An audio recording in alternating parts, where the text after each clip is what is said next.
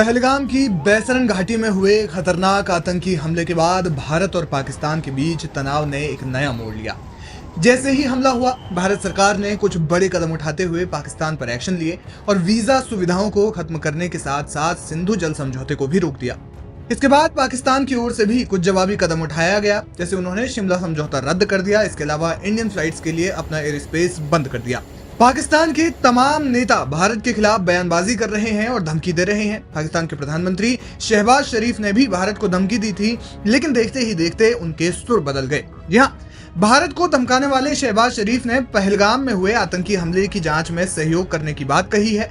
उन्होंने कहा कि पाकिस्तान किसी भी प्रकार के आतंकवाद का विरोध करता है और खुद भी आतंकियों को निशाना बना रहा है। शहबाज शरीफ ने पाकिस्तान मिलिट्री एकेडमी की पासिंग आउट परेड को संबोधित किया। इस दौरान उन्होंने कहा, पहलगाम में हुई हालिया त्रासदी इस निरंतर दोषारोपण के खेल का एक और उदाहरण है, जिसे पूरी तरह से बंद किया जाना चाहिए। एक जिम्मेदार देश के रूप में अपनी भूमिका को जारी रखते हुए पाकिस्तान किसी भी तटस्थ, पारदर्शी और विश्वसनीय जांच में भाग लेने के लिए तैयार है। भारत बिना किसी जांच सत्यापन के झूठे आरोप लगा रहा है।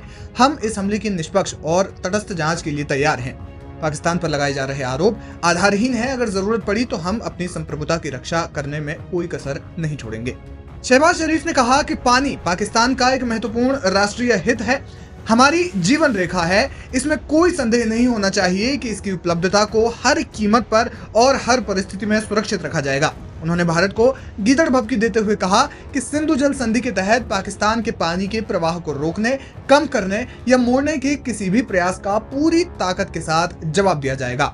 पाकिस्तानी पीएम शहबाज शरीफ के अलावा पाकिस्तान के रक्षा मंत्री ख्वाजा मोहम्मद आसिफ ने भी ये बात दोहराई। उन्होंने न्यूयॉर्क टाइम्स को दिए गए इंटरव्यू में पहलगाम हमले के आरोपों को खारिज करते हुए कहा कि पाकिस्तान किसी भी अंतर्राष्ट्रीय जांच में सहयोग करने के लिए तैयार है।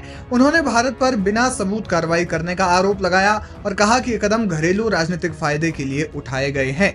आसिफ ने कहा कि हम इस युद्ध को नहीं भड़काना चाहते, क्योंकि इससे पूरे क्षेत्र के लिए एक बड़ी आपदा खड़ी हो सकती है। हालांकि जब ख्वाजा मोहम्मद आसिफ ने स्काई न्यूज को इंटरव्यू दिया तो उन्होंने ये बात स्वीकार की कि पाकिस्तान ने दशकों तक अमेरिका और पश्चिमी देशों के लिए आतंकवाद से जुड़ा गंदा काम किया है। उन्होंने इसे एक ऐतिहासिक भूल बताया, जिसकी कीमत पाकिस्तान को खुद चुकानी पड़ी। अब देखना यह होगा कि पाकिस्तान आतंकी हमले की जांच में कितना और कैसा सहयोग करता है।